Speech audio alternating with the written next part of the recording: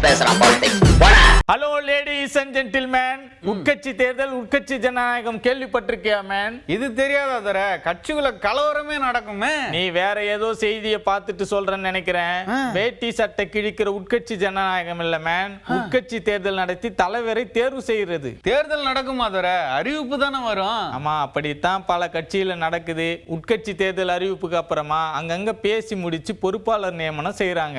திமுக அதிமுகவுல மட்டும் இல்ல, தேசிய கட்சியிலும் அப்படிதான் நடக்குதான். கிளைக்கழக தேர்தல் வட்டார தேர்தல்னு சொன்னாங்களே தர. கரெக்ட் தான். தேசிய கட்சியான பாஜக மத்தியில ஆளுங்கட்சியா இருக்கிறதால பொறுப்புக்கு வர கடுமையான போட்டி இருந்துச்சு மேன். ஆமா, மாவட்ட செயலாளர்னா சும்மாவா தர? நம்ம ஊர் மாநில கட்சிகள்ல தான் மாவட்ட செயலாளர் ஒன்றிய செயலாளர் பதவிக்கு வெயிட். ஆனா தேசிய கட்சியில ஒன்றிய தலைவர் மாவட்ட தலைவரும் தலைவர் பதவிக்கு தான் வெயிட். ஓஹோ, அப்படின்னா தலைவராகிற ஆசை நிறைய பேருக்கு இருக்குமோ? ஆமா, பாஜகவுல வட்டார தலைவர் மாவட்ட தலைவர் மண்டல் தலைவர்கள் பதவிக்கு போட்டி இல்லாம பல இடத்துல பேசி முடிக்கிறாங்களாம்.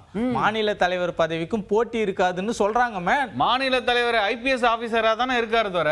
அவர் முன்னாள் ஐபிஎஸ். அவர்கிட்ட சில பேர் நீங்க வேணா தேசிய தலைவர் போஸ்டிங்க பிடிக்கலாமே ஐடியா கொடுத்திருக்காங்களாமே. ஓஹோ, டெல்லியிலும் தேர்தல் நடக்குமா? பூத் கமிட்டியில தொடங்கி தேசிய அளவிலான தலைவர் வரைக்கும் நடக்கிற தேர்தல் தான். இப்போ தேசிய தலைவரா ஜேபி நட்டா இருக்காரு. ஆமா, நம்ம ஊர் தேர்தல் கூட ஓட்டு கேட்டு வந்தாரே தர. அவரே தான். அவரோட பதவி காலம் ஜனவரி மாசமே முடிஞ்சு போச்சு. அப்புறம் நாடாளுமன்ற தேர்தல் வந்ததால 6 மாசம் பதவி நீடிப்பு கொடுத்திருக்காங்க. நம்ம ஊர் மாநில தலைவர் கொடுத்தா மாதிரியா தர? உருக்க பேசாத மேன், சொல்றத கேள். தேசிய தலைவர் நட்டாவுக்கு 2 தடவை பதவி நீட்டிப்பு கொடுத்தாச்சு. இப்போ வரக்கூடிய ஜனவரியில உட்கட்சி தேர்தலை முடிச்சிட்டு தேசிய தலைவரையும் தேர்வு செய்யணும். அதுக்கு கடும் போட்டி இருக்கும் போல இருக்கா தர. ஆமா, பாஜக பரிந்துரை செய்கிற தலைவரை ஆர்எஸ்எஸ் டிக் அடிக்கணும்னு சொல்றாங்க. அந்த லிஸ்ட்ல இமாச்சல் பிரதேசத்துல இருந்து மத்திய அமைச்சர் அனுராக் தாக்கூர், மகாராஷ்டிராவில இருந்து வினோத் தாவ்டே, உத்தரப்பிரதேசத்துல இருந்து சுனில் பன்சால், இவங்க பேரெல்லாம் அடிபடுது மேன். நம்ம ஊர்ல யாரும் இல்லையா தர? இங்க மாநில தலைவர் பதவி 2026 தேர்தல் வரைக்கும் நீடிக்க வாய்ப்பு இருக்கு.